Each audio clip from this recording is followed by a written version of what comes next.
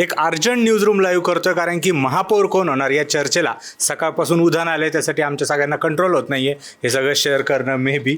तर आधी मी तुम्हाला सांगतो की पुण्यातले आणि मुंबईचे कुठले लोक, कुठले नगरसेवक महापौर होऊ शकतात, आणि त्यानंतर त्याचं जरा मोठं विश्लेषण आमचे सगळे अभ्यासक इथले करतील. तर मॅडम, पुण्याच्या महापौर होऊ शकतात अशा लोकांची यादी काय? पुण्याचे महापौरांसाठी खूप निकष आहे, त्याच्याबद्दल आपण नंतर बोलू. पण मी यादी मध्ये मी ना महिलांबद्दल सांगणार आहे, कारण आरक्षण अजून पडायचं आहे. पण मला असं वाटतं की ह्या चर्चेमध्ये पण मी एकटी महिला प्रतिनिधी आहे, तर मी नावं पण महिलांची घेणार आहे. तर मला असं वाटतं की 5 नगरसेविका ज्या आहेत त्या सर्वाधिक चर्चेत असू शकतात. एक आहेत मानसी देशपांडे, यानंतरच्या पुढच्या नगरसेविका असणार आहेत वर्षा तापकीर, मंजुषा नागपुरे, रंजना टिळेकर आणि डॉक्टर निवेदिता एकबोटे. आता हीच 5 नावं काय मी थोड्या वेळात सांगते. बरं, आणि सर आता पुरुषांची नाव. पुण्यामध्ये पुरुष नेत्यामध्ये आपण जर पाहिलं तर गणेश बिडकरांचं नाव सर्वाधिक चर्चेत आहे. त्यानंतर दुसरं नाव जे आहे ते आपण श्रीनाथ भिमालेंचं आहे, ते स्थायी समितीचे माझे अध्यक्ष राहिलेले आहेत. तिसरं नाव आहे राजेंद्र शेळीमकर, ते पण 3 टर्म नगरसेवक राहिलेले आहेत. चौथं नाव आहे धीरज घाटे, जे शहराध्यक्ष आहे भाजपचे सध्या. आणि 5वं नाव जे आहे ते आपण प्रसन्न जगताप. ही अशी 5 नावं भाजपकडून आता सध्या भाजप महापौर पदासाठी चर्चेत आहेत. आणि आता आपण सगळ्यात महत्त्वाचं म्हणजे मुंबई महानगरपालिकेचे नाव बघू, आणि मग ह्या सगळ्या नावांविषयी जरा सविस्तर बोलू. ऋषिकेश. जसं मगाशी नेहा म्हटली की अजून आरक्षण पडायचं आहे, पण आरक्षण पडलं तर कोण नावं चर्चेत असू शकतात याची आपण मगाशी सरकारनामावरती बातमी पण केलेली आहे. समजा जर महिला आरक्षण पडलं तर तेजस्विनी घोसाळकर हे नाव सगळ्यात आघाडीवरती आहे, प्रीती साटम हे नाव आघाडीवरती आहे, उज्ज्वला मोडक, डॉक्टर प्रज्ञा सामंत, राजेश्री शिवडकर, शीतल गंभीर देसाई अशी ही महिलांची नावं चर्चेत आहेत. जर खुलं आरक्षण झालं तर मकरंद नार्वेकर, प्रकाश दरेकर, प्रभाकर शिंदे ही नावं चर्चेत आहेत. आणि आता पुन्हा एकदा आपण चर्चेला सुरुवात करूया की ही जी नावं आता यांनी सांगितली, ही नावं नेमकी का सांगितली. दीपक सर, तुम्हाला का वाटतं ही तुम्ही सांगितलेल्या नावापैकीच कोणीतरी एक जण महापौर होईल?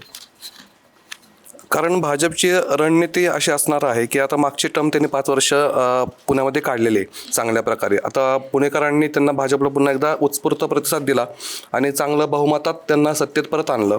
तर त्यामुळे भाजपसमोर एक आव्हान असणार की बाबा पुढची 5 वर्ष जे आहेत, पुढची 5 वर्षांची जी टर्म आहे त्यामध्ये चांगलं काम करून दाखवणं हे पहिलं टार्गेट असणार आहे. त्यासाठी एक ताकदीचा नेता लागणार आहे, ज्याला पुणे जवळून माहिती आहे, त्याच्या खाचखळगे माहिती आहे, त्यातले प्रॉब्लेम्स माहिती आहेत, त्यातले प्लस पॉईंट मायनस पॉईंट सगळे पक्षातले माहिती आहेत, आणि सगळ्यांना बरोबर घेऊन जो चालणारा नेता आहे अशा नेत्याला भाजप संधी देऊ शकतं. त्यामध्ये गणेश बिडकरांचं नाव मी प्रामुख्याने घेतोय.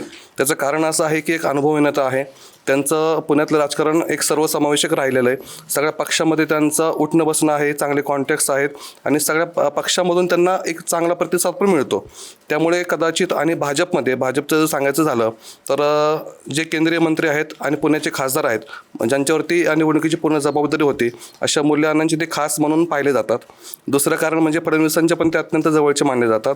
आणि एकूण शहराचा जर आवाका पाहिला तर त्यामध्ये बिडकरांचा एक बिडकर कुठेतरी उजवे ठरतात असं आपल्याला दिसून येतं आहे. आणि बिडकरांची एक प्रामुख्याने दुसरी जबाबदारी म्हणजे एक अनुभव म्हणजे की बाबा त्यांचा जो संघर्ष राहिलेला, राजकीय संघर्ष राहिलेला आहे, कारण ते 5 वर्ष पूर्ण पाठीमाग म्हणजे राजकारणामध्ये बॅकफुटला होते, कारण दंगेकरांनी त्यांना मागच्या निवडणुकीत पराभूत केलं होतं. परंतु आत्ताचा जो त्यांचा विजय आहे तो जवळपास साधारणतः 9,15,000 मतांनी त्यांचा विजय झालेला आहे. त्यामुळे कुठेतरी एक त्यांनी पूर्ण दमदार कमबॅक या पुण्याच्या राजकारणात केलेलं दिसून येतं. आणि आपण जर गेले मागचं 1 महिना 1.5 महिना जर आपण पाहिलं तर त्यात असं दिसून येतं की बाबा गणेश बिडकरांचं नाव जे आहे किंवा गणेश बिडकर जे आहे ते अति म्हणजे जास्त प्रकारे त्या पुण्याच्या राजकारणामध्ये ॲक्टिव्ह पाहायला मिळाले होते. यातला अंतर्गत विरोध कुठला आहे का पक्षामधून त्यांना? अंतर्गत विरोध म्हटला तर धीरज घाटे, आणि त्यानंतर शिवसेना जर सोबत घ्यायचं ठरलं पुणे महानगरपालिकेत तर दंगेकर पुन्हा एकदा आक्रमक होऊ शकतात. आणि धीरज घाटे पहिलं ऑप्शन का नाही तुमच्याकडे? धीरज घाटे आत्ता शहराध्यक्ष म्हणून दुसऱ्यांदा त्यांची टर्म सुरू आहे, आणि फडणवीसांनी म्हणजे आमदार केलं, त्यांनी चांगली तयारी पण केली होती. परंतु कासब्यामधून त्यांना पुन्हा म्हणजे तिथे हेमंत रासनेंचं नाव पुढं आलं आणि त्यांना थोडं माघार घ्यावे लागले. परंतु आत्ता धीरज घाटेंचं नाव चर्चेत आहे, परंतु त्या मानाने एक सर्वसमावेशक चेहरा नाही, हिंदुत्वाचा आक्रमक चेहरा म्हणून धीरज घाटेंकडे पाहिलं जातं. परंतु सगळ्यांना सोबत घेऊन जर आत्ता भाजपचं राजकारण सुरू करण्याची जर फडणवीसांना म्हणजे तयारी दाखवली असेल फडणवीसांनी, तर त्या ठिकाणी गणेश बिडकरांचं नाव प्रामुख्याने घ्यावं लागेल. नाही मॅडम, तुम्ही सांगितलेल्या महिला उमेदवारांच्या यादीबद्दल सांगा. मी जसं म्हटलं तसं पण भाजपाचे क्रायटेरियाज पण बघावे लागतील. तुम्ही लक्षात घ्या, जेव्हा 100च्या पुढे तुमचे नगरसेवक जे आहे ते निवडून येतात, मला वाटतं 119 संख्या आहे पुण्यामध्ये, तर एवढे निवडून येतात, तर पुढच्या 5 वर्षामध्ये महापौर पदासाठी म्हणजे 2.5 वर्षाचं आरक्षण असणार आहे. त्यामुळे महापौर पदासाठी चेहरा असा लागेल की ज्यामुळे कुठल्याही पद्धतीने शहराची बदनामी होणार नाही, त्याच्याकडनं कधी लूज कमेंट येणार नाही. पुण्यामधले पुणेकरांना कायम सुसंस्कृत महापौर रुचलेला आहे, त्यामुळे हा सगळा विचार करावा लागेल. दुसरा एक मुद्दा म्हणजे पुणे शहरामध्ये चांगलं जसं भाजपला बहुमत मिळालेलं आहे किंवा चांगल्या जागा मिळालेल्या आहेत, तशा पुणे शहराच्या बाहेर सुद्धा त्या मिळालेल्या आहेत. त्यामुळे सगळ्यात पहिला विचार त्यांना हा करावा लागेल की आपल्याला मूळ पुण्यातला पेठांमधला महापौर द्यायचा आहे की आउटस्कट्सचा महापौर द्यायचा आहे, ते बघावं लागेल. व्यक्ती किती अनुभवी आहे हे बघावं लागेल. पुणे महापालिका मी म्हटलं तसं की जवळपास 12,500 कोटींचं बजेट आहे, त्यामुळे कोणीही यावं आणि ज्याला अनुभव नसेल त्याच्या हातामध्ये महापालिकेच्या चाव्या द्यावा इतकं ते सोपी नाही आहे. दुसरी गोष्ट म्हणजे जेव्हा 119 नगरसेवक येतात तेव्हा पर्याय पण खूप उपलब्ध असतात, त्यामुळे प्रत्येकाचं समाधान सुद्धा करावं लागेल. काहींचं स्टँडिंग कमिटीवर करावं लागेल, काहींना इतर समित्या द्याव्या लागतील, काहींना शहरामधली पदं द्यावी लागतील, पण प्रत्येकाला कुठे ना कुठे या 5 वर्षामध्ये अकोमोडेट करावं लागणार आहे भाजपला, आणि म्हणून परत एकदा त्यांच्यासमोर प्रश्न उपस्थित राहणार आहे. दुसरी गोष्ट म्हणजे सिनियरिटी हा जो मुद्दा आहे किंवा महापालिकेच्या कामकाजाचा ज्याला अनुभव आहे अशी नावं कमी आहेत, कारण 42 लोकांना मागच्या टर्ममधल्यांना संधी दिली नाही, त्यामुळे अनुभवी असणाऱ्यांची संख्या कमी आहे. मग ज्यांना पूर्वी पदं दिलेली आहेत त्यांना परत पदं द्यायची आहेत का, की आता नवीन लोकांना पदं द्यायची आहेत, हा सुद्धा मुद्दा. म्हणजे दीपकनी जी नावं सांगितली, भीमाले असू द्या, बेडकर असू द्या किंवा घाटे असू द्या, यात एक शहराध्यक्ष आहे, एक माजी स्टँडिंग कमिटी चेअरमन आहे, एक सभागृह नेता राहिलेला आहे. मग म्हणजे ज्यांनी 2017 ते 22 मध्ये पदं उपभोगलेली आहेत त्यांनाच तुम्ही 26च्या टर्ममध्ये देणार आहात का, हा मला महत्त्वाचा मुद्दा वाटतो. आणि मग आता जो प्रश्न तू विचारला तो की महिला नावं काय आहेत, कारण 50% आरक्षण आहे आणि सर्वसाधारण महिला किंवा नागरिकांचा मागास प्रवर्ग ओबीसी असू द्या किंवा दुसरं जरी कुठलं आरक्षण पडलं तरी काही चेहरे असे आहेत की ते महिलांमध्येही सिनियर आहेत आणि त्यांचंही नाव यायला हवं, चर्चा यायला हवी, आणि त्यांना का मिळेल याचा अंदाज मी आता सांगते. पहिलं नाव माझ्या दृष्टीने मानसी देशपांडे आहेत, पर्वती विधानसभेमधून येतात आणि मानसी देशपांडे ह्या स्टँडिंग कमिटीवरती होत्या. अनुभवी नगरसेविका म्हणून त्यांची ओळख आहे, कुठल्याही वादामध्ये अडकलेल्या नाही आहेत, ब्राह्मण चेहरा आहे, संघाकडनं सुद्धा त्यांना पाठिंबा मिळू शकतो. आणि महत्त्वाची गोष्ट म्हणजे पर्वतीच्या ज्या आमदार आहेत माधुरी मिसाळ, तर त्यांच्या नातेवाईक आहेत जवळच्या, त्यांच्या भावाच्या मिसेस आहेत. यानंतर पुढचं नाव मी घेईन वर्षा तापकीर यांचं. कात्रज या भागामधनं तापकीर येतात. जर ठरवलं की आपल्याला शहरामध्ये द्यायचं नाही आहे, कारण काय होईल मग स्टँडिंग कमिटी चेअरमन जर मूळ शहरामधला दिला तर महापौर कदाचित आउटस्कर्टचा देण्याचा विचार असेल.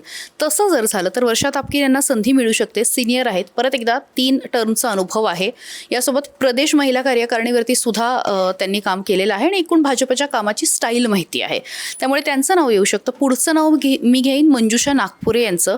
सिंहगड रस्ता जो भाग आहे तर त्या भागामध्ये नागपुरे आहेत, सिनियर नगरसेविका तर ते आहेतच, स्टँडिंग कमिटीवर काम केले, पण यावेळेस त्यांची एक वेगळी ओळख म्हणजे बिनविरोध निवडून आलेले आहेत. पुण्यामधले जे 2 सीट भाजपचे बिनविरोध निवडून आलेले आहेत त्याच्यामध्ये मंजुषा नागपुरे आहेत. मंजुषा नागपुरे कायम म्हणजे नागपुरे दाम्पत्यच हिंदुत्ववादी सगळे विचारसरणीचे म्हणून ओळखले जातात, त्यामुळे त्यांना त्याचाही फायदा. जर त्या अनुषंगाने बघायला झालं तर पुण्याला जर त्यांना हिंदुत्ववादी चेहरा द्यायचा असेल तर मला वाटतं नागपुरे यांचा समावेश होऊ शकतो. यानंतर पुढचं नाव मी घेईन रंजना टिळेकर यांचं. आमदार योगेश टिळेकरांच्या आई आहेत आणि टिळेकरांनी आता 4 पैकी 4ही ते संपूर्ण पॅनल निवडून आलेलं आहे. आणि तसा जर काही फडणवीसांनी विचार केला की टिळेकरांना काहीतरी द्यायचं आहे किंवा मुलाने जर आईसाठी वजन लावलंच, पण मला ती शक्यता कमी वाटते. एकतर त्यांचं वय आणि ज्या पद्धतीने पुणे शहर मोठं आहे, धावपळ करायची आहे, तर अशा वेळी रंजना टिळेकर पण त्या रेसमध्ये नक्की आहेत. आणि यानंतर पुढचं नाव मी घेईल जे थोडंसं आश्चर्यात पडणार असू शकतं, ते मी निवेदिता एकबोटे यांचं घेईल. एक तर त्या चर्चेमध्ये होत्या वगैरे गोष्ट वेगळी, पण भाजपला जे पुणेकरांसमोर ठेवायचं आहे किंवा जे त्यांच्या वचननाम्यामध्ये त्यांनी सांगितलंय की आम्ही पुणे मोठं करू, सुसंस्कृत करू, आमचे प्रोजेक्ट्स असतील, तर अशा वेळी त्यांना राज्य आणि राष्ट्रीय पातळीवर सुद्धा चांगली भूमिका मांडणारा एखादा चेहरा लागू शकतो. निवेदिता एकबोटेंकडे काय काय आहे तर शिक्षण चांगलं आहे, तरुण आहेत, फ्रेश आहेत, कुठलाही डाग नाही आहे, कुठल्याही पद्धतीचे आरोप त्यांच्यावरती नाही आहेत, त्यामुळे मला असं वाटतं की निवेदिता एकबोटे यांचाही विचार होऊ शकतो. एक यंग चेहरा, फ्रेश चेहरा आणि अशा पद्धतीचा जो विचार आहे, याशिवाय संघाचा त्यांना पाठिंबा मिळू शकतो. आणि अर्थात मध्य म्हणजे छत्रपती शिवाजीनगर भागातनं येतात, पण त्या भागातनं सुद्धा नाही म्हटलं तरी त्यांना चांगला पाठिंबा मिळू शकतो. त्यामुळे निवेदिता एकबोटे ही 4-5 नावं जी आहेत ती मला दिसतात. पण भाजपची स्टाईल नेहमी अशी आहे ना सोमेश, की जे आपल्याला वाटत असतं ते करत नाही, ते काहीतरी वेगळं करतात. त्यामुळे कदाचित यांच्या व्यतिरिक्त अमोल बालवडकरांच्या प्रभागातून रोहिणी चिमटे निवडून आलेल्या आहेत, तर त्यासुद्धा ज्येष्ठ नगरसेविका आहेत. तर ही जी काही 2-4 नावं आहेत, तर यांना भाजप संधी देणार का? आणि सगळ्यात महत्त्वाचं म्हणजे जे बाहेरनं आलेले आहेत, जे मूळ भाजपचे नाही आहेत, त्यांच्यापैकी कोणाला खुश करण्याचा काही विचार आहे का? आता काय झालेलं आहे, आता लगेचच विधानसभा नाही आहेत, आता लगेचच लोकसभा नाही आहेत, त्यामुळे लोक नाराज व्हायची आणि त्यांच्या नाराजीतनं पक्षाला फटका बसायची अशी काही भीती पुढचे किमान एक 3-4 वर्ष तरी नाहीये. आणि हा जर विचार केला तर मला असं वाटतं की भाजप ठरवेल त्यांना ते महापौर करू शकतात. बरं. आणि तुम्ही आमचे पाठीमागचे 2 एपिसोड बघितले असतील न्यूजरूम लाईव्हचे, तर रोशन सरांसाठी सगळ्यात जास्त कमेंट येत होत्या, म्हणून आता आम्ही ट्रिक म्हणून त्यांना शेवटी ठेवणार आहोत. त्याआधी ऋषिकेशकडे जाऊया, त्याच्याकडनं जाणून घेऊया की नेमकी त्याच्या यादीचं त्याला काय वाटतं जस्टिफिकेशन. जसं आत्ता पुण्याची चर्चा झाली त्याचप्रमाणे मुंबईसाठी भाजप खूप वेगळा क्रायटेरिया लावण्याची शक्यता आहे. कारण मुंबईमध्ये सगळ्यात महत्त्वाचा मुद्दा ठरला होता तो अमराठीचा. मराठी या वादात भाजपला सुरुवातीला भाजप म्हणत होतं की मुंबईचा महापौर हिंदूच होणार, पण ते बॅकफायर झाल्यानंतर भाजपला स्पष्ट करावं लागलं की मुंबईचा महापौर हिंदू आणि मराठी अशा दोन्ही चेहऱ्याचा महापौर होईल. त्यामुळे जरी मराठी महापौर झाला तरी अमराठी जो समाज आहे मुंबईतला, म्हणजे उत्तर भारतीय आहे, गुजराती आहे, तमिळियन समाज आहे, हा जो अमराठी समाज आहे या समाजाला सुद्धा रुचणारा आणि या समाजाला पुढं घेऊन जाणारा महापौर असावा, ही सगळ्यात पहिली भाजपची प्राथमिकता राहील. दुसरं म्हणजे मुंबईमध्ये भाजपला एक हाती बहुमत मिळालेलं नाही आहे. त्यांना शिवसेनेला एकनाथ शिंदेंना सोबत घेऊन जाणारा चेहरा गरजेचा असणार आहे. म्हणजे शिवसेनेची एकनाथ शिंदेंची जी बार्गेनिंग पॉवर आहे ती बार्गेनिंग पॉवर ओळखून चर्चेला बसणारा, ती बार्गेनिंग पॉवर ओळखून त्यांना सत्तेत स्थान देणारा असा हा चेहरा भाजपला गरजेचा असणार आहे. दुसरं म्हणजे मुंबईचे जे आंतरराष्ट्रीय महत्त्व आहे, कारण मुंबईमध्ये कुठे जरी काय जरी झालं त्याची बातमी लगेच आंतरराष्ट्रीय पातळीवरती जाते. त्यामुळे मुंबईमध्ये आंतरराष्ट्रीय महत्त्व जे आहे ते ओळखून भाजपला एक सुसंस्कृत आणि हुशार, अभ्यासू आणि शिकलेला महापौर देणं ही भाजपची प्राथमिकता असेल. चौथी गोष्ट म्हणजे मुंबई महापालिकेचं बजेट साधारण 74 कोटीचं बजेट आहे. म्हणजे ईशान्येतली काही राज्य जर आपण एकत्रित केली तर त्यांचं सुद्धा तेवढं बजेट होत नाही, तेवढं मुंबई महापालिकेचं बजेट आहे. त्यामुळे मुंबईचे प्रश्न माहीत असलेला, मुंबईमध्ये जसं उद्धव ठाकरे म्हटले होते की मुंबईत जन्माला आले नाहीत त्यांना मुंबईचे प्रश्न काय कळणार, तर हे पण भाजपला लक्षात घ्यावं लागणार आहे. मुंबईत जन्माला आलेलाच व्यक्तीला महापौर पद द्यायचं की बाहेरून मुंबईत आपलं साम्राज्य तयार केलेल्या नगरसेवकाला महापौर पद द्यायचं, याच्यावरती सुद्धा मुंबईचे प्रश्न माहीत असलेला आणि बजेटचं योग्य नियोजन करणारा महापौर पदाचा चेहरा भाजपला द्यावा लागणार आहे. सगळ्यात 5वी महत्त्वाची गोष्ट म्हणजे उद्धव ठाकरेंचा जरी मुंबई महापालिकेमध्ये महापौर बसेल इतपत मेजॉरिटी उद्धव ठाकरेंना मिळाली नसली तरी जवळपास उद्धव ठाकरे आणि राज ठाकरे यांचे मिळून 71 नगरसेवक मुंबई महापालिकेत होत आहेत. तर भविष्यात मुंबई महापालिकेचा जेव्हा कारभार सुरू होईल प्रत्यक्षात, तेव्हा प्रत्येक गोष्टीमध्ये ठाकरे आणि ठाकरे बंधूंचं दबदबा राहणार आहे, त्यांच्या नगरसेवकांचा वॉच राहणार आहे. तर या नगरसेवकांना पुरून उरेल असाच महापौर पदाचा चेहरा भाजपला द्यावा लागेल. त्यामुळे सध्या जे चेहरे आहेत त्यापैकी मकरंद नार्वेकर यांचं नाव प्राथमिक घ्यावं लागेल. मकरंद नार्वेकर हे राहुल नार्वेकरांचे भाऊ आहेत. आता एकाच घरात भाजप किती पदं देणार हा मुद्दा जरी असला तरी जो प्रशासकीय अनुभव आहे ते ज्येष्ठ नगरसेवक आहेत, त्यांना मुंबई महापालिकेच्या गोष्टी, कारभार या सगळ्यांचा अनुभव आहे, तर त्या टप्प्यावरती ते सरस ठरतात. दुसरी म्हणजे प्रकाश दरेकर, जे प्रवीण दरेकरांचे भाऊ आहेत. भाजपने विधान परिषदेवर आमदार असलेल्यांना मंत्रिपद द्यायचं नाही असा क्रायटेरिया लावलेला आहे. त्यामुळे प्रवीण दरेकर यांचं मंत्रिपद मागच्या 2 टर्मपासून हुकलेलं आहे. ते त्यांच्याकडे भले मुंबई बँकेची जबाबदारी असेल तर पण एक महत्त्वाचं पद त्यांच्या घरात द्यायचं ठरलं तर प्रकाश दरेकर यांचं नाव पुढे येऊ शकतं. महिलांमध्ये तेजस्वी घोसाळकर यांचं नाव आघाडीवरती आहे. तेजस्वी घोसाळकर जरी ठाकरेंच्या शिवसेनेतून नुकत्याच आलेल्या असल्या भाजपमध्ये, तरी जसं नेहा मागाशी म्हटली की आता लगेच कुठलीही विधानसभेची निवडणूक नाही, लोकसभेची निवडणूक नाही आहे. त्यामुळे तेजस्वी घोसाळकर आणि भाजपचं नेमकं काय बार्गेनिंग झालंय त्याच्यावरती घोसाळकरांचा महापौर पदाचा नाव ठरणार आहे. काय सांगाल, 2.5 वर्षात फॉर्म्युला होऊ शकतो? सध्याची स्थिती पाहता म्हणजे भाजपला जरी 89 जागा मिळाल्या असल्या तरी त्यांचा महापौर पदाचा जो उमेदवार आहे तो शिंदेंच्या पाठिंब्यावर होणार आहे.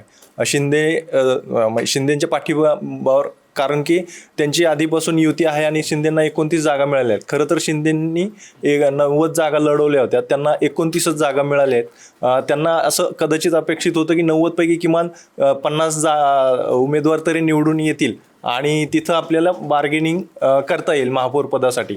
पण आता 29 जागा जरी मिळाल्या असल्या तरी त्यांची आता अशी भावना आहे, काल तुम्ही जर संजय राऊत यांचं विधान ऐकलं असेल तर शिंदेंना ते जयचंद म्हणालेत. तर ते जर राऊतांचं विधान खोडून काढायचं असेल तर किमान शिंदेंना 2.5 वर्ष तरी महापौरपद मिळालं तर शिवसेनेचा झेंडा आम्ही मुंबई महापालिकेवर पुन्हा एकदा फडकवलेला आहे असं त्यांना मुंबईला आणि मराठी माणसाला दाखवता येईल. आणि एक प्रकारे ते या माध्यमातून ठाकरेंना पुन्हा एकदा शह देऊ शकतात. आणि 2.5 वर्ष यासाठी की मुंबईमध्ये तुम्ही लोकसभा, विधानसभा आणि आत्ता मुंबई महापालिकेची निवडणूक पाहिली तर तिन्ही निवडणुकांमध्ये ठाकरे सरस ठरले. लोकसभा निवडणुकीत शिंदेंचा फक्त 1 खासदार आला, ठाकरेंचे 3 खासदार आले. विधानसभा निवडणुकीतही ठाकरेंचे जास्त आमदार मुंबईत निवडून आले. आणि आता महापालिका निवडणुकीतही जरी ठाकरेंनी 165 जागा लढवल्या असल्या आणि त्यांचे 65 उमेदवार फक्त निवडून आले असले तरी स्ट्राईक रेटचा जर विचार केला तर काही प्रमाणात ठाकरे सरस ठरलेले. त्यामुळे शिंदेंना जर आपलं महायुतीतलं आणि मुंबईतलं आपलं वर्चस्व पुन्हा दाखवण्याची संधी हवी असेल तर त्यांना 2.5 वर्ष महापौरपद मिळणं खूप महत्त्वाचं आहे. आणि त्यांच्याकडे जे 29 उमेदवार आहेत, निवडून आले नगरसेवक आहेत, त्यांनाही एकत्र ठेवण्याचं आव्हान त्यांच्यासमोर असणार आहे. कारण थोड्या वेळापूर्वीच उद्धव ठाकरे असे म्हणालेत की आमची इच्छा आहे की महापौर शिवसेनाचं म्हणजे आपला हवा, असं ते नवनियुक्त जे नगरसेवक आहेत त्यांना बोलताना हो. आणि शिंदेंनीही तातडीनं हॉटेलमध्ये सर्व नगरसेवकांना हलवलंय आणि ते नगरसेवक सध्या हॉटेलमध्ये आहेत. आणि जोपर्यंत महापौर पदाची निवडणूक होत नाही, आता महापौर पदाची निवडणूक कधी पुढे, कारण काही दिवस लागतील अजून महापौर पदाचं आरक्षण जाहीर होणार, त्याच्यानंतर ती संपूर्ण प्रोसेस सुरू होईल. तोपर्यंत तरी शिंदेंना त्यांच्या सर्व नगरसेवकांना एकत्रित ठेवावं लागेल. उद्धव ठाकरे असंही म्हणाले की देवाची इच्छा असेल तर आपला महापौर होईल. आता हा नेमका देवा, हा नेमका इन्व्हर्टमध्ये नेमका कोण देवा, कारण महाराष्ट्रात आणखी एक देवा भाऊ चर्चेत आहे, त्यामुळे हा नेमका देवा ठाकरेंच्या मनातला कोण, आता हे थोडंसं चर्चेचा विषय आहे. पण शिंदेसाठी 2.5 वर्ष महापौर मिळणं हे खूप महत्त्वाचं आहे. भाजप त्यांना देणार का, हाही मोठा प्रश्न आहे. कारण भाजपला पहिल्यांदाच मुंबईत सत्ता मिळालेली आहे, भाजपचा पहिल्यांदाच मुंबईत महापौर होणार आहे. त्यामुळे भाजप हातात आलेली ही संधी, 5 वर्षांसाठी आलेली संधी सोडणार का? कारण तुम्ही जर पाहिलं शिवसेना का फुटली, 2019मध्ये जे प्रामुख्याने ठाकरेंचं म्हणणं होतं की 2.5 वर्ष आम्हाला मुख्यमंत्री 2.5 वर्ष आमचा व्हायला हवा, तिथून शिवसेना फुटीची सुरुवात तिथून झाली.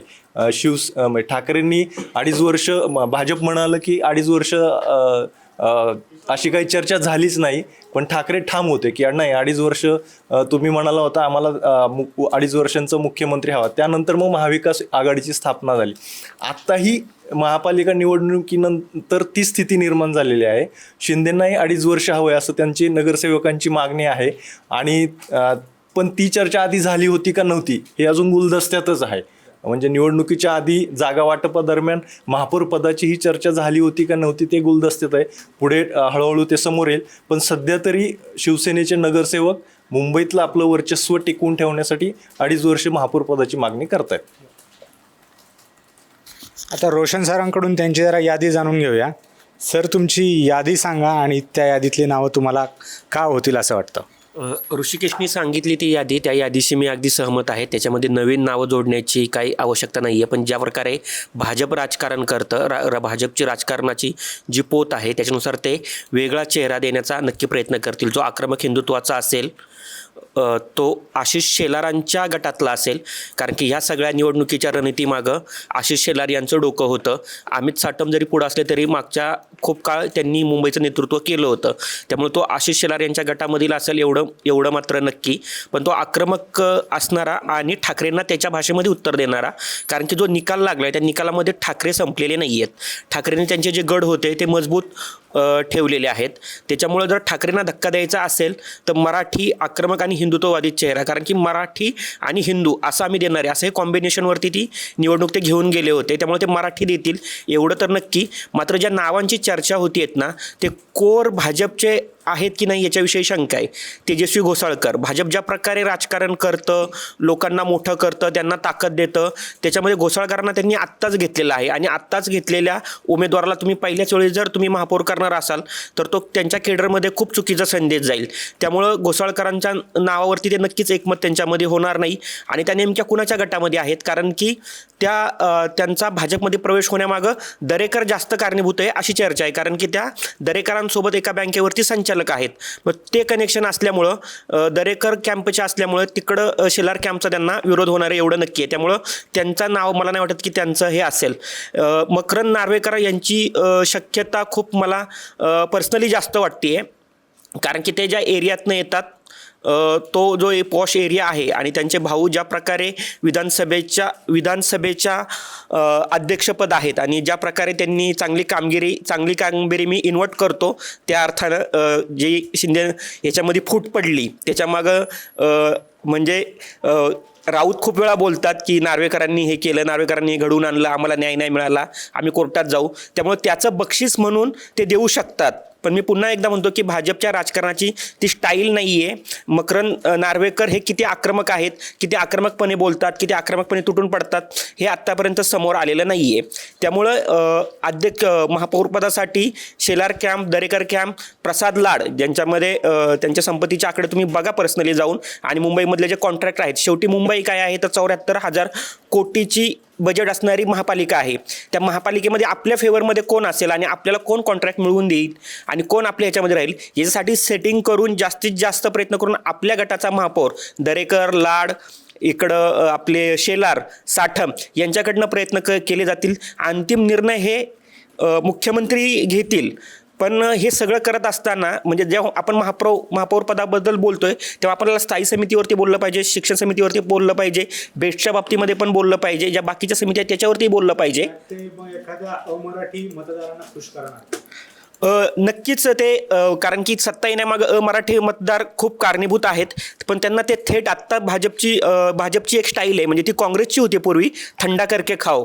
म्हणजे जोपर्यंत ते प्रकरण तापलेलं आहे तोपर्यंत त्याच्यावरती काही निर्णय घ्यायचा नाही. ते प्रकरण पूर्ण शांत होऊन द्यायचं, लोकांच्या स्मृतीतून जाऊन द्यायचं, सगळं नॉर्मल होऊन द्यायचं. आणि असं वाटतं की हे प्रकरण आता संपलेलं आहे तेव्हा पटकन निर्णय घेऊन मोकळं व्हायचं. अगदी भाजप तसं करणार. सुरुवातीला भाजप आत्ता बिलकुल मराठी महापौर देणार नाही, कारण की हा मराठीच्या अस्मितेचा, महाराष्ट्राचा, आणि तो फक्त मुंबईपुरतं मर्यादित नाही राहणार, तो महाराष्ट्रभर तो मुद्दा जाईल. त्यामुळे भाजप तेवढी रिस्क घेईल असं मला ते आत्ता तरी वाटत नाहीये. एखाद्या मोठी समिती, स्थायी समिती, असं म्हटलं जातं की एक बिल्डर आमदार, मोठा बिल्डर आमदार हे सगळं चालवतो, त्यांचं नाव घेणं योग्य नाही आहे, तर त्याच्या फेवरमधला नगरसेवक हा स्थायी समितीवरती बसवला जाईल ही खूप शक्यता आहे. त्याच्यामध्ये मग ते अमराठी चेहरा देण्याची शक्यता आहे. प्रवीण दरेकरांचे मला वाटतं ते भाऊ असावेत, दरेकर म्हणून प्रकाश दरेकर आहेत, तर त्यांच्यासाठी पण ताकद लावली जाईल महापौर पदासाठी.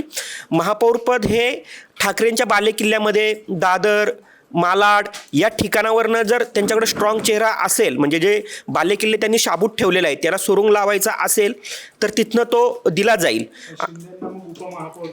हां, तर शिंदेवरती मी येतोय. आत्ता जे शिंदेंनी लोक घेऊन गेलेले आहेत, हॉटेलमध्ये राहत आहेत, माझ्या माहितीप्रमाणे महापौरचं आरक्षण 28 म्हणजे पुढच्या आठवड्यात, म्हणजे ते 28ला ती निवड होईल. एवढे 10-12 दिवस हे काय हॉटेलमध्ये राहणार नाहीत. कुठलेही नगरसेवक आत्ताच निवडून आलेले इतक्या दिवस ते थांबणार नाही आहेत. आणि आत्ता काही त्यांना सत्ता स्थापन नाही करायची आहे, त्यांना फक्त भाजपवरती दबाव आणायचा आहे. ते शिंदेंना व्यावहारिक ज्ञान खूप चांगलं आहे, त्यांना हे माहिती आहे की आपला महापौर होणार नाही आहे, पण आपल्या मदतीशिवाय भाजप पण महापौरपदी येऊ शकणार नाही आहे याची त्यांना पूर्ण जाणीव आहे. त्या जाणीवेतच त्यांनी हे दबावाचं राजकारण करतायत की जेणेकरून आपल्या पदरामध्ये जास्तीत जास्त पाडून घेता येईल. आम्ही महापौरपद देतोय ना, मग स्थायी समिती मला मिळतंय का, एखाद्या मोठ्या समितीचं अध्यक्षपद मला मिळतंय का, आमच्या पक्षाला मिळतंय का, ह्या सगळ्या रचनेसाठी ते इनडायरेक्टली दबाव आणण्याचा प्रयत्न करतायत. आणि महाराष्ट्राचं राजकारण तुम्ही बघितलं तर जेव्हापासून मुख्यमंत्री देवेंद्र फडणवीस आलेले आहेत ते पूर्णपणे एकनाथ शिंदेंना दाबण्याचं, बाजूला करण्याचं काम करत आहेत. तेच तुम्हाला कल्याण डोंबिवलीमध्ये दिसलं असेल की तिथं एकत्र लढले पण त्यांनी पूर्ण पक्ष फोडण्याचं काम केलं त्यांचं. मीरा भाईंदरमध्ये तेच झालेलं आहे. महाराष्ट्रामध्ये सोबत गेलेलं नाहीये. त्यामुळे शिंदेंना ताकद देऊन पुढं आपल्या भविष्यामध्ये आपल्या विरोधामध्ये माणूस उभं करणं हे भाजपला परवडणारं नाहीये. कारण की आत्ता शिंदेची शिवसेना ही 2 नंबरला आहे. त्यांचे नगरसेवक जर तुम्ही पाहिले तर 300च्या आसपास आहेत. भाजप 1400 पर्यंत आहे पण शिंदे 300-350च्या आसपास आहे. त्याच्यामुळं आपल्या मित्रालाच, म्हणजे जो आत्ता तुम्ही मित्र आहे आपल्यासोबत, त्याला ताकद देऊन त्याचा पक्ष जिवंत ठेवणं, त्याला हातपाय पसरू देणं हे त्यांना परवडणारं नाही आहे. त्याच्यामुळं ते बिलकुल शिंदेंच्या जाचक अटी, महापौरपदासारखी जाचक अट तर बिलकुल मान्य करणार नाहीत. हे आत्ता मला वाटतंय म्हणजे फारच टोकाचा संघर्ष. आणि मला नाही वाटत की शिंदे तो टोकाचा संघर्ष करतील. ते ठाकरे नाहीत, ते शिंदे आहेत. त्यांना कळतं की बाबा याच्यामध्ये ताणण्यात काही अर्थ नाही आहे, आपण इथं माघार घेतली पाहिजे. हे ते थोडं दबावाचं राजकारण करू पाहतायत आणि भाजप पण त्याला ते तसंच घेतील. आणि त्यांची नाराजी कशी दूर करायची, जास्तीत जास्त शिंदे काय करतील तर दिल्लीला जातील. त्यांच्या गृहमंत्री आहेत ज्यांना राऊत त्यांचे पक्षप्रमुख म्हणतात, तर त्यांच्याकडे जातील, तिथं थोडंसं तिथं डील करतील आणि इथं येतील. पण आपल्याला असं दिसतंय की त्यांच्या मागण्या देवेंद्र फडणवीस कुठल्याच पद्धतीने पूर्ण करत नाही आहेत. तर त्याच्यामुळं मला नाही वाटत की शिंदेंच्या मर्जीतला महापौर इथं बसेल. तो अजिबात बसणार नाही. शिंदेंच्या फेवरमधला तर म्हणजे शिंदेंना ते बिलकुल ताकद देणार नाही आहे. कारण की शिंदेंचे जे काही नगरसेवक निवडून आलेले आहेत, कारण की 60 नगरसेवक, माजी नगरसेवक त्यांच्याकडे गेले होते, 90% नगरसेवक ते पडलेले आहेत, 10% नगरसेवक आलेले आहेत आणि बाकीचे जे आलेले आहेत ते अमराठी मतांवरती भाजपच्या मदतीने आलेले आहेत. तुम्हाला उदाहरण सांगतो, घाटकोपरमध्ये त्यांचे जे नगरसेवक आलेले आहेत, लांडे का काहीतरी नाव आहे त्यांचं, तिथं भाजपच्या लोकांनी त्यांच्यासाठी बूथ लावलेलं आहे. भाजपची लोक त्यांच्यासाठी पळालेले आहेत. भाजपचा तिथं आमदार आहेत. त्यामुळं आपल्याच लोकांच्या विरोधात जाऊन भाजपने तिथं ताकद दिलेली आहे त्यांना. त्यामुळं त्यांची ताकद ते इतके वाढू देणार नाही आहेत की ते उद्या त्यांच्या डोक्यावरती बसतील. जरी आपण महापौरपदाबद्दल बोलत असेल सगळीकडल्या, तरी अजून महापौरपदाचे आरक्षणच जाहीर झालेलं नाही. महापौरपदाचं आरक्षण माझ्या मते पुढच्या आठवड्यात किंवा जानेवारी एंडिंगपर्यंत डिक्लेअर होणार आहे. त्यामुळं एकंदरीत महापौराचं आरक्षण जाहीर झाल्यानंतर याबद्दल सगळ्याच बोलणं किंवा सगळ्या गोष्टी आपल्याला खुलासावार बोलणं महत्त्वाचं ठरेल असं मला वाटतं. विशेषतः छत्रपती संभाजीनगरमध्ये बघितलं तर आता भाजपचा महापौर त्या ठिकाणी बसणार आहे आणि पूर्ण भाजप स्वतःचाच महापौर त्या ठिकाणी बसेल. कारण की महायुती त्या ठिकाणी झालेली नाही, भाजप स्वबळावर सत्तेत त्या ठिकाणी आलेलं आहे. तर नांदेडमध्येही अशोक चव्हाणांनी एक हाती सत्ता आणलेली आहे. त्यामुळे नांदेडचाही महापौर भाजपचाच असणार आहे पूर्ण क्षमतेने. त्यामुळे आणि दुसरीकडे जर आपण लातूरला बघितलं तर लातूरचा महापौर हा काँग्रेस आणि वंचित आघाडीचा असणार आहे. तर परभणीमध्ये ठाकरेची शिवसेना व काँग्रेसचा महापौर बसण्याची शक्यता आहे असं मला वाटतं आणि तो तसंच होईल. आणि जालनामध्ये मात्र भाजपचा महापौर बसेल असे चित्र एकंदरीत आहे. तर हा होता आमचा महापौर पदाचा अंदाज. उद्या आपण परत याच न्यूजरूम लाईव्हमध्ये भेटूया एका नव्या प्रश्नासह. तोपर्यंत सरकारनं आम्हाला फॉलो नसेल केलं तर नक्की फॉलो करा, म्हणजे एखादा व्हिडिओ तुमच्याकडनं मिस होणार नाही.